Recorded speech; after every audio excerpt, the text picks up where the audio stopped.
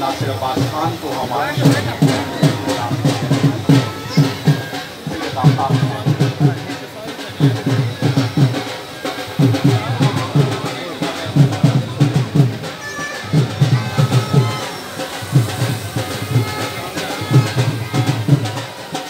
और जैसे